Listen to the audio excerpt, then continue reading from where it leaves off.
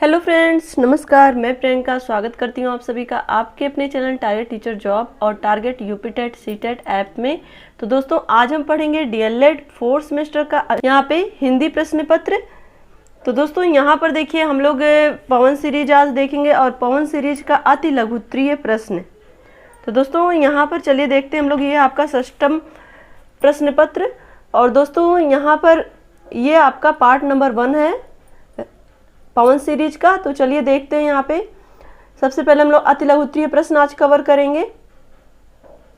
यहाँ पे देखिए प्रश्न है, हिमालय से गंगा निकलती है, यह वाक्य किस कारक का है। तो दोस्तों, जैसा कि आपको पता है, कारक कर्ता ने कर्म को करण से संप्रदान के लिए अपादान से अलग होने के अर्थ में। तो हिमालय से गंगा जब निकल रही है तो हिमालय से अलग हो रही है, तो यहाँ पे से अलग होने के अर्थ में इस वाक्य में पंचमी विभक्ति होगी, क्योंकि अलग होने के योग में पंचमी विभक्ति होती है, अतः ये क्या हो जाएगा, अपादान कारक हो जाएगा। नेक्स्ट क्वेश्चन देखेंगे, पुष्प शब्द के 4 पर्यायवाची शब्द लिखिए। तो दोस्तों, पुष्प शब्द के 4 पर्यायवाची शब्द फूल, कुसुम, प्रसून और सुमन। नेक्स्ट क्वेश्चन है, संधि सुगम, सूक्ष्म एवं स्वतंत्र शब्दों के विलोम शब्द लिखिए। तो संधि का विलोम होता है विच्छेद, सुगम का दुर्गम, सूक्ष्म का स्थूल और स्वतंत्र का होता है परतंत्र। नेक्स्ट क्वेश्चन है, नयन एवं नायक शब्दों का संधि विच्छेद कीजिए। तो नयन, ने धन अयन, यहाँ पे हो जाएगा नयन, नय धन अक, नायक। यहाँ पे देखिए सम उपसर्ग लगाकर 4 शब्द बनाइए। तो दोस्तों, सम उपसर्ग लगा के यहाँ पे समधन यक, सम्यक हो जाएगा, समधन कल्प। यहाँ पे जब संकल्प का आप संधि विच्छेद करेंगे तो यहाँ पे आएगा आपका सम धन कल्प, ये हो जाएगा आपका संकल्प। और इसे इसी तरह से जब समताप का संधि विच्छेद करेंगे तो सम धन ताप, जो सम होगा उसमें माँ के नीचे हलंत होगा। और यहाँ पे देखिए संपत्ति, सम धन पत्ती। तो ये इस तरह से आपका माँ सम उपसर्ग लगाकर 4 शब्द बन जाएंगे। क्लियर? चलिए आगे देखते हैं। यहाँ पे देखिए शब्द किसे कहते हैं, वर्णों के मेल या पद को जिसमें पूर्ण अर्थ का बोध हो उसे क्या कहते हैं, शब्द कहते हैं। यानी कि वर्णों का ऐसा मेल जिससे कि पूर्ण अर्थ बोध हो वो क्या कहलाता है, शब्द कहलाता है। शब्द की उत्पत्ति वर्णों से होती है। एक या अनेक वर्णों से बनी सार्थक ध्वनि को शब्द कहते हैं। कभी तो वर्णों को मिलाने से ऐसा संयोग होता है कि उनका कुछ न कुछ अर्थ होता है, परंतु कभी कभी इसका स्पष्ट अर्थ नहीं होता है। यहाँ पे हम देखेंगे परिभाषा। हम शब्द की परिभाषा निम्न प्रकार कह सकते हैं। यहाँ पे देखिए निश्चित अर्थ को अभिव्यक्त करने वाले वर्णों के समूह को शब्द कहते हैं, जैसे मोहन, पुस्तक आदि। तो देखिए कितनी क्लियर परिभाषा दी गई है शब्द की, कि निश्चित अर्थ को अभिव्यक्त करने यानी कि प्रकट करने वाले वर्णों के समूह को शब्द कहते हैं। चलिए नेक्स्ट देखते हैं। यहाँ पे देखिए, फटी न जाके पाँव विवाई, सो का जाने पीर पर आई। कहावत का अर्थ स्पष्ट कीजिए। दोस्तों, यहाँ पे होगा जिसके पैरों में विवाई यानी कि दरार हो जाती है और इस कारण जो पीड़ा होती है उस पीड़ा को कोई अन्य समझ नहीं पाता, उसी प्रकार दुखी या पीड़ित व्यक्ति का दर्द कोई अन्य नहीं समझ पाता। यानी कि जो दुखी या दुख केवल वही दूसरे को दुख को समझ सकता है, और जिसके पैर में विवाई फटी वही उस विवाई के दर्द को भी महसूस किया होगा, जिसके पैर में विवाई फटी होगी। चलिए आगे देखते हैं। अनुप्रास अलंकार का एक उदाहरण लिखिए। जहाँ एक ही वर्ण 2 या 2 से अधिक बार आए वहाँ अनुप्रास अलंकार होता है। एक ही वर्ण 2 या 2 से अधिक बार, ध्यान रखना, अनुप्रास में एक ही वर्ण 2 या 2 से अधिक बार। तो यहाँ पर हम देखेंगे, चारु चंद की चंचल किरणें खेल रही थी जल थल में। तो यहाँ पे देखिए च च च और यहाँ पे ला और ला। तो यहाँ पे देखिए इसमें च वर्ड 1 से अधिक बार आता है, तो ये क्या हो गया, अनुप्रास अलंकार हो गया। यहाँ पे देखिए आकर्षण, कृतज्ञ, जागृत व मुक्ति शब्दों के विलोम लिखिए। आकर्षण का हो जाएगा प्रतिकर्षण, कृतज्ञ का अकृतज्ञ, और यहाँ पे देखिए जागृत का हो जाएगा सुसुप्त। अक्सर आपने सुना होगा ना, जागृत ज्वालामुखी, सुसुप्त ज्वालामुखी। जागृत का मतलब होता है जो हमेशा विस्फोट होते रहते हैं, और सुसुप्त जो कभी भी विस्फोट नहीं होते। मुक्ति का हो जाएगा बंधन। नेक्स्ट क्वेश्चन यहाँ पे देखिए, जो अपने से उत्पन्न हो वाक्यांश के लिए एक शब्द है स्वयंभू, जो स्वयं से उत्पन्न हो, स्वयंभू यानी कि खुद से उत्पन्न हो। 6 संयुक्त वर्ण किन 2 वर्णों से मिलकर बना, क धन श, यहाँ पे अक्सर दोस्तों ये भी पूछता है कि ये जो छ वर्ड है ये किस वर्ड के बाद आता है, ये भी आप ध्यान रखिए। क ये किससे मिलकर बना, क धन श। नेक्स्ट देखिए पारलौकिक शब्द का वर्ड विच्छेद कीजिए। पारलौकिक, प यहाँ पे प है, फिर पा के पास आ की मात्रा यानी कि बड़ा आ हो जाएगा रा, और रा यहाँ पे देखिए नीचे हलंत नहीं लगा है, यानी कि इसके साथ रा के साथ आ छिपा हुआ है। तो जब हम इसको इसके स्वर से अलग करेंगे तो रा के नीचे हलंत आ जाएगा प्लस आ जाएगा। उसके बाद देखिए ल आएगा, उसके बाद औ की मात्रा लगी है तो यहाँ पे सीधे औ आ जाएगा। क फिर छोटी की मात्रा लगी इसलिए छोटी ई आ जाएगा। क फिर यहाँ पे देखिए केवल का लिखा है, लेकिन ये इस का के नीचे हलंत नहीं लगा है, इसका मतलब ये है कि इसमें आ छिपा हुआ है। तो क धन आ, और यहाँ पे का के नीचे हलंत आ गया क्योंकि यहाँ से जो स्वर था वो निकल के उसके सामने आके जुड़ा हुआ है, यानी कि ये विच्छेद किया गया है। तो प धन आ धन रा धन आ धन ला धन औ धन क धन ई धन क धन अ। तो इस तरह से पारलौकिक शब्द का वर्ण विच्छेद होगा। दोस्तों देखिए इस तरह के शब्द को अगर आपको वर्ण विच्छेद करना सीखना है तो ऐसे ऐसे कई शब्द लिखिए और उसका विच्छेद करिए और समझिए कि उसमें किस तरह से विच्छेद हो रहा है, कहाँ पे आ छिपा हुआ है, कहाँ पे ई की मात्रा है, कहाँ पे औ की मात्रा है। क्लियर? चलिए आगे देखते हैं। प्रकृति का सुकुमार कवि किसे कहते हैं? सुमित्रा नंदन पंत को। निम्नलिखित शब्दों के एक एक समानार्थी शब्द लिखिए। खग और धरती। खग मतलब होता है पक्षी और धरती मतलब वसुधा। नेक्स्ट है सरोरु शब्द का क्या अर्थ है? सरोरु शब्द का अर्थ है कमल के समान। तुलसीदास जी के गुरु कौन थे? तुलसीदास जी के गुरु नरसिंह दास थे।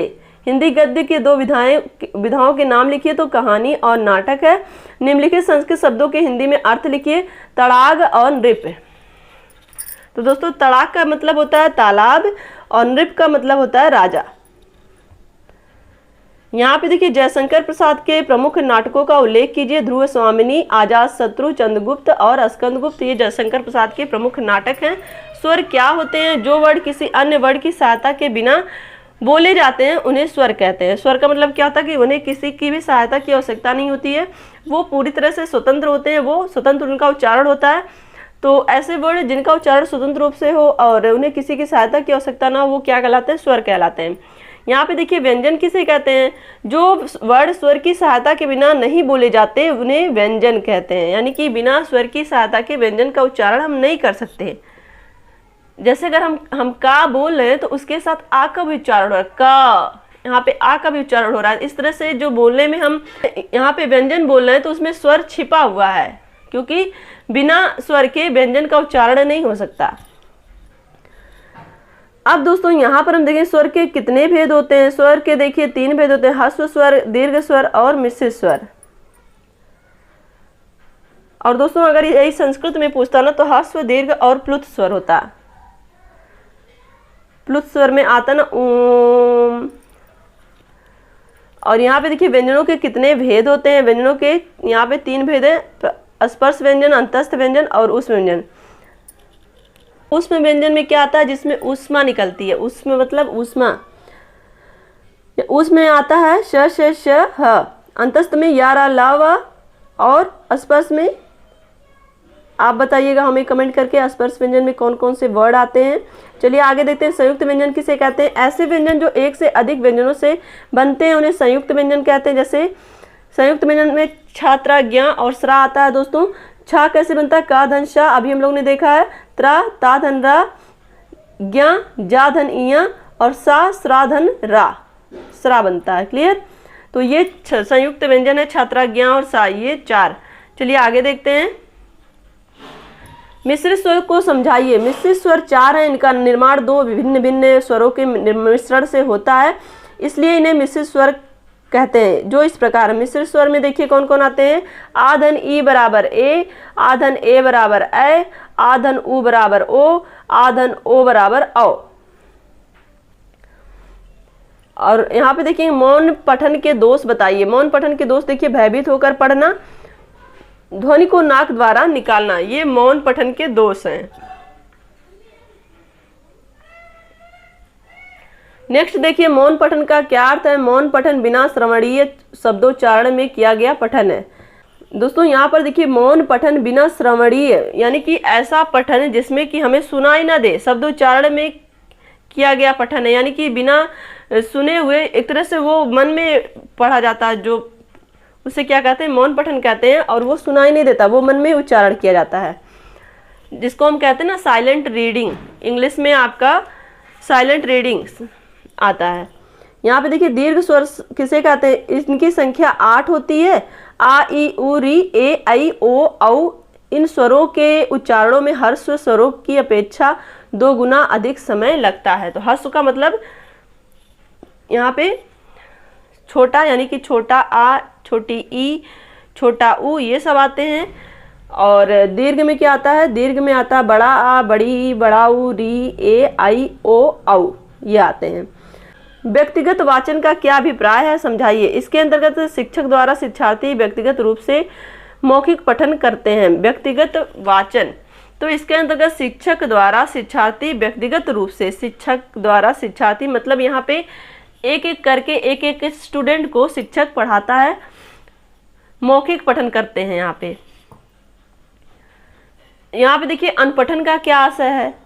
जब शिक्षक श्लोक के किसी अंश का पाठ करता है तथा शिक्षार्थी उसका सामूहिक सस्वर पठन करते हैं, तब यह अनुपठन होता है। यानी कि देखिए जब कोई शिक्षक श्लोक पढ़ रहा है और जो स्टूडेंट हैं वो सामूहिक रूप से सस्वर पाठ कर रहे हैं, यानी कि साथ में शिक्षक के बाद छात्र भी बोल रहे हैं, तो वहाँ पे तब वह होता अनुपठन। यहाँ पे देखिए नेक्स्ट है अंतस्थ व्यंजन में कौन कौन से 4 वर्ड होते हैं। अंतस्थ व्यंजन में य, र, ल, व। संस्कृत वर्णमाला को कितने भागों में बांटा गया है। संस्कृत वर्णमाला को 4 भागों में बांटा गया है, स्वर, व्यंजन, विसर्ग और अनुस्वार। ये 4 भाग हैं, स्वर, व्यंजन, विसर्ग और अनुस्वार। समाचार पत्र किसे कहते हैं। दैनिक समाचार पत्र को अखबार कहा जाता है। इसमें प्रतिदिन होने वाली सामाजिक, राष्ट्रीय, भौगोलिक आदि प्रकार की खबरें प्रकाशित होती हैं, जिन्हें प्रतिदिन ही वितरित कर दिया जाता है। तो दोस्तों यहाँ पे देखिए समाचार पत्र क्या होता है। समाचार पत्र को अखबार कहते हैं और इसमें प्रतिदिन की सामाजिक, राष्ट्रीय, भौगोलिक, अंतर्राष्ट्रीय खबरें प्रकाशित होती हैं और जिन्हें प्रतिदिन ही वितरित किया जाता है, यानी कि हर दिन की अपडेट हमें मिलती रहती है। कमाल और कमाली किसकी संतान थे, तो आपको पता है कबीरदास के संतान थे ये। मैथिली षड़गुप्त द्वारा रचित एक महाकाव्य का नाम क्या है, साकेत है। नीरजा किसकी प्रमुख रचना है, तो ये महादेवी वर्मा की रचना है। उर्वशी तथा संस्कृत के 4 अध्याय किसकी रचना है, तो ये रामधारी सिंह दिनकर की रचना। उर्वशी और संस्कृत के 4 अध्याय ये रामधारी सिंह दिनकर की रचना है। ठलुआ क्लब किसका निबंध संग्रह, ये बाबू गुलाब राय का निबंध संग्रह। नागार्जुन का संक्षिप्त परिचय दीजिए। वैद्यनाथ मिश्र। नागार्जुन का जन्म 1910 ईस्वी में बिहार के दरभंगा जिले में हुआ था। युगधारा, प्यासी पथराई आंखें, सतरंगी पंखों वाली इनकी प्रसिद्ध काव्य रचनाएं हैं। तो दोस्तों वैद्यनाथ मिश्र यानी नागार्जुन जी का जन्म 1910 ईस्वी में बिहार के दरभंगा जिले में हुआ था। और दोस्तों युगधारा, प्यासी पथराई आंखें और सतरंगी पंखों वाली ये इनकी प्रमुख काव्य रचनाएं हैं। चलिए आगे देखते हैं।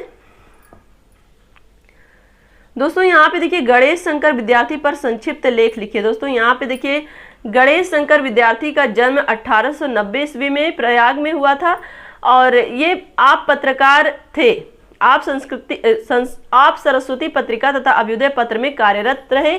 कुछ समय उपरांत आप प्रताप साप्ताहिक के संपादक भी रहे। तो दोस्तों इनके जन्म के विषय में क्या याद रखना है कि 1890 में इनका प्रयाग में जन्म हुआ था और ये एक पत्रकार थे और सरस्वती और अभ्युदय पत्रिका में ये कार्यरत रहे और कुछ समय के बाद इन्होंने प्रताप नामक साप्ताहिक पत्रिका का संपादन भी किया और इनकी भाषा सशक्त एवं शैली ओजपूर्ण रही एवं वक्रता प्रधान रही, गंभीर और वक्रता प्रधान रही। और इनका निधन कब हो गया था, 1931 में। 1890 में इनका जन्म हुआ और 1931 में इनका निधन हो जाता है।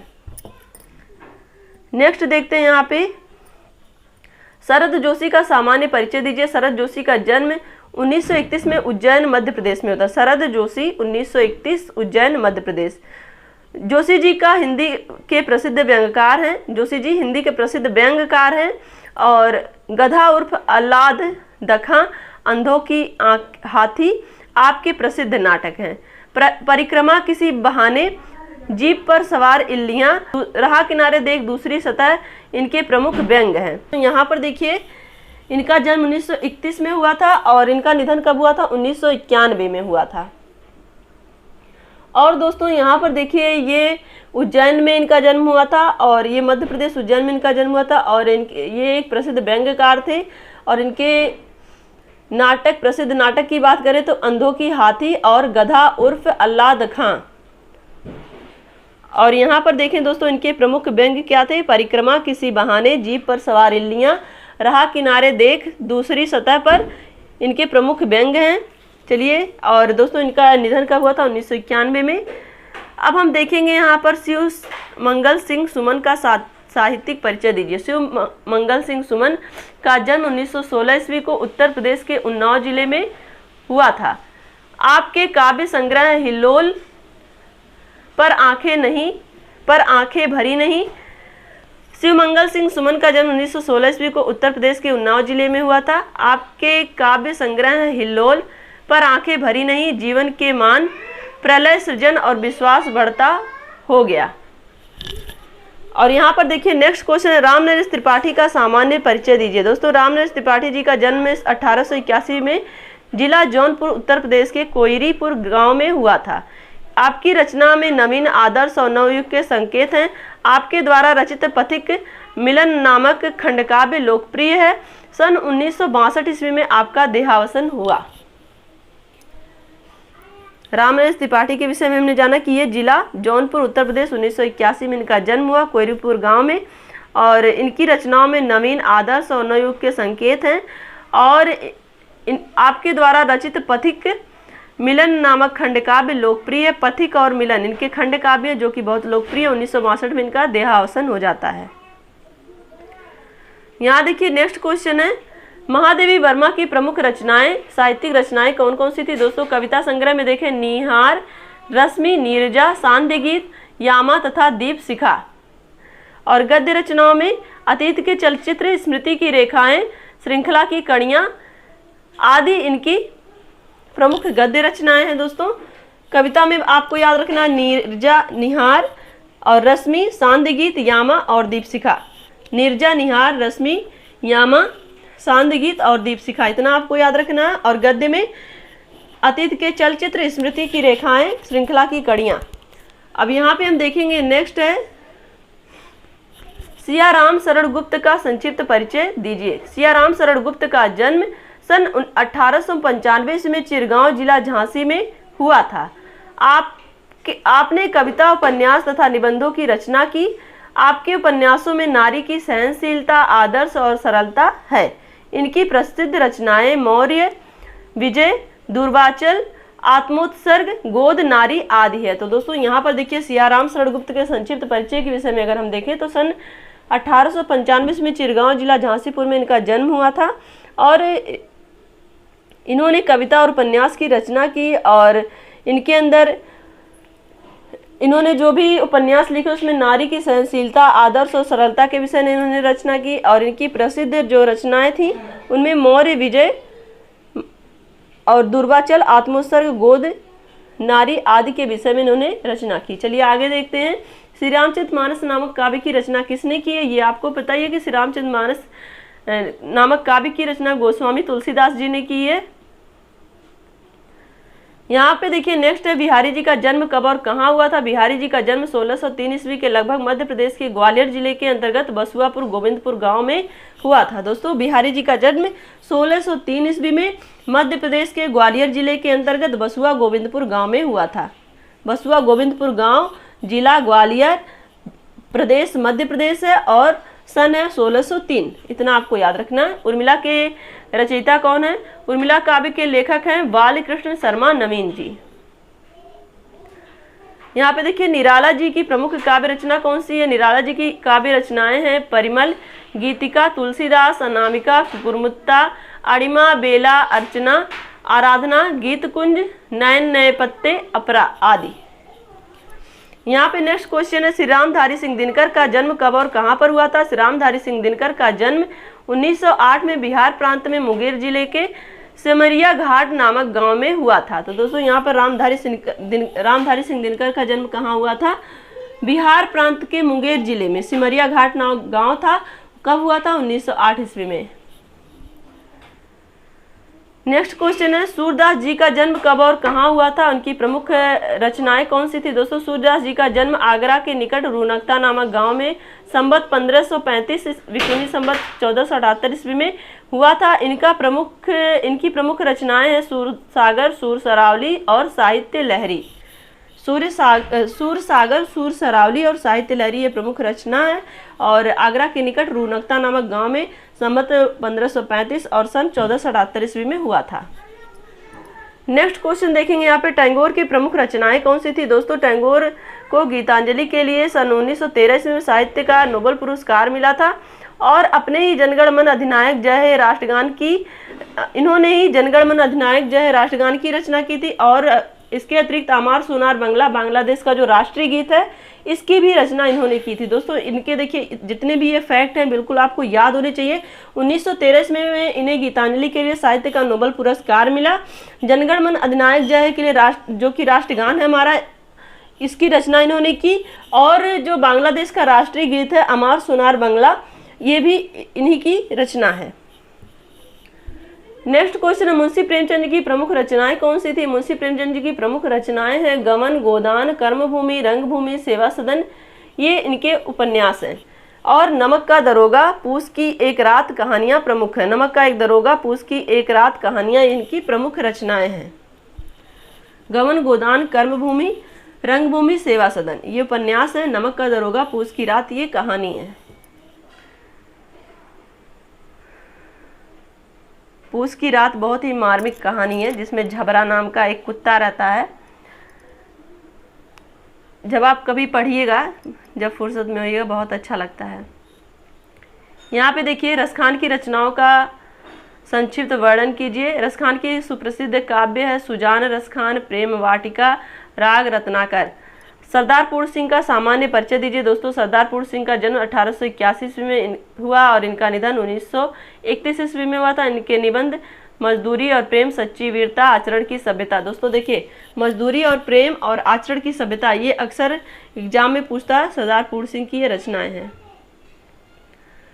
नेक्स्ट क्वेश्चन यहाँ पे हम देखेंगे, भारतेंदु हरिश्चंद्र जी का जीवन परिचय बताइए। तो दोस्तों यहाँ पर देखिए, भारतेंदु हरिश्चंद्र जी का जन्म संवत 1907 विक्रमी सन 1850 ईस्वी में काशी में हुआ था। भारतेंदु हरिश्चंद्र जी का जन्म। और इनके पिता गोपाल चंद्र ब्रजभाषा के श्रेष्ठ कवि थे। हरिश्चंद्र में कवि संस्कार जन्मजात थे, यानी कि जो भारतेंदु हरिश्चंद्र थे ये इनको जो कवि का इनके अंदर गुण था ये इनको जन्मजात यानी कि कहीं ना कहीं विरासत में मिला था इनके पिता से।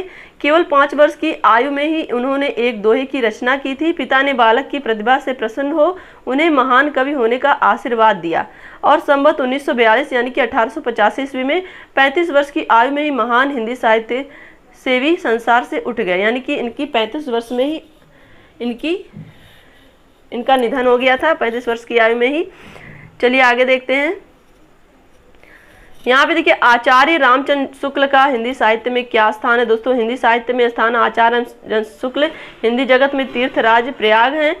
यानी कि जिस तरह से तीर्थों का राजा जो होता प्रयाग है, उसी तरह से हिंदी जगत में अगर पूछा जाए तो हिंदी में तीर्थराज जो हैं वो आचार्य रामचंद्र शुक्ल हैं, जिसमें हिंदी समीक्षा, इतिहास, लेखन और निबंध रचना की त्रिवेणी का अद्भुत संगम देखने को मिलता है।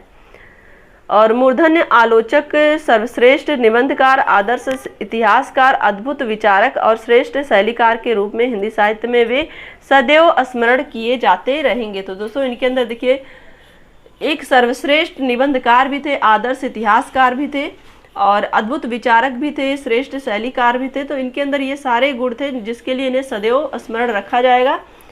प्रस्तुत श्लोक का अर्थ कीजिए। यहाँ पे देखिए, दिनांते च पिबेद दुग्धम, निशांते च पिबेत पयः, भोजनांते पिबेत तक्रम की वैदस्यम प्रयोजनम। यहाँ पे देखिए हिंदी अनुवाद, जो दिन के अंत में अर्थात शाम के समय दूध पीता है और रात के अंत में अर्थात प्रातः काल जल पीता है, जो भोजन के बाद मट्ठा पीता है, उसको वैद्य उसको वैद्य का या क्या प्रयोजन है, अर्थात कोई आवश्यकता नहीं है। दोस्तों यहाँ पर देखिए फिर से अर्थ समझिएगा कि जो दिन के अंत अर्थात शाम के समय दूध पीता, जो शाम के समय दूध पीता उसके लिए डॉक्टर की आवश्यकता नहीं, और जो रात के अंत में अर्थात प्रातःकाल जल पीता है, यानी कि सुबह उठ करके जो जल पीते हैं सुबह सुबह, और जो भोजन के समय भोजन के बाद में मट्ठा पीते हैं, उनको वैद्य या डॉक्टर का प्रयोजन नहीं, यानी कि उनको किसी भी तरह के डॉक्टर की आवश्यकता नहीं, यानी कि वो बिल्कुल स्वस्थ रहते हैं। दिनांते च पिबेत दूधं निशांते च पिबेत पयः। निशा मतलब निशा के अंत में पानी पीना, और दिन के अंत यानी कि शाम के समय दूध पीना, और भोजनांते पिबेत तक्रम भोजन के अंत में मट्ठा पीना। कि किम वैदस्यम प्रयोजनम, उसको वैद्य की क्या आवश्यकता है, यानी कि उसको डॉक्टर की क्या आवश्यकता है, यानी कि जो भी कार्य ये हो रहा है सही समय पे हो रहा है। नेक्स्ट देखेंगे हम लोग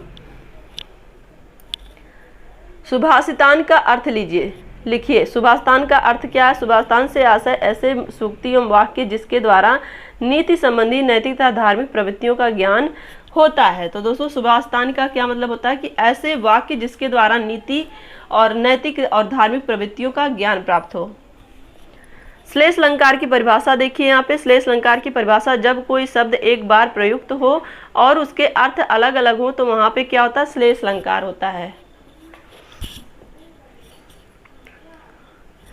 जब कोई शब्द एक बार प्रयुक्त हो और उसके अर्थ अलग अलग हो तो वहां पे क्या होता है, श्लेष अलंकार होता है। दोस्तों श्लेष अलंकार की एक कोई भी उदाहरण आप हमें कमेंट में लिखिएगा।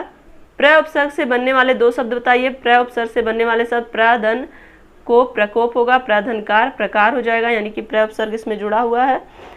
यहाँ पे देखिए प्रकृति का सुकुमार कवि किसे कहते हैं, तो आपको पता है सुमित्रा नंदन पंत को कहते हैं। जो पुरुष अभिनय करे वाक्यांश के लिए, जो पुरुष अभिनय करे वाक्यांश के लिए एक शब्द है अभिनेता।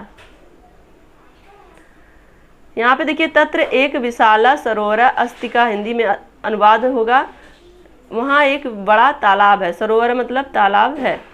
हरि शब्द का तृतीय विभक्ति और एक वचन का रूप लिखिए। हरि शब्द का रूप है एक वचन यहाँ पे तृतीय विभक्ति हरि, हरिडा, हरि तृतीय विभक्ति का ना, यहाँ पे देखिए हरि, हरिम, हरिडा, हरये, इस तरह से आपको मैंने याद भी कराया हरि शब्द का रूप। अपनी पाठ्य पुस्तक से 4 पंक्ति का कोई श्लोक लिखिए। तो यदा यदा ही धर्मस्य ग्लानि निर्भवति भारत अभ्युत्थानम धर्मस्य तदात्मनम सृजाम्यहम्। तो यहाँ पे देखिए ये अपनी पाठ्य पुस्तक की 4 पंक्ति का कोई श्लोक, तो यहाँ पे ये श्लोक आप लिख सकते हैं। यहाँ पे देखिए कहानी के 2 प्रमुख प्रकारों के नाम लिखिए। तो दोस्तों कथानक के आधार पर कहानियाँ मूलतः 3 प्रकार की होती हैं, सामाजिक कहानी, धार्मिक कहानी और ऐतिहासिक कहानी। तो कहानी के 2 प्रमुख प्रकार पूछा, तो यहाँ पे 3 प्रकार मुख्यतः होते हैं, जिसमें सामाजिक, धार्मिक और ऐतिहासिक कहानी होती है। यहाँ पे देखिए उद्देश्य एवं लेखन शैली की दृष्टि से भी कहानियाँ प्रायः 3 प्रकार की होती हैं, चरित्र प्रधान कहानियाँ, समस्यात्मक कहानियाँ और घटना प्रधान कहानियाँ। यहाँ पे देखिए फिर से वही क्वेश्चन पूछा गया है, 6 वर्ड किस वर्णों के संयोग से बना, तो क, ध, श।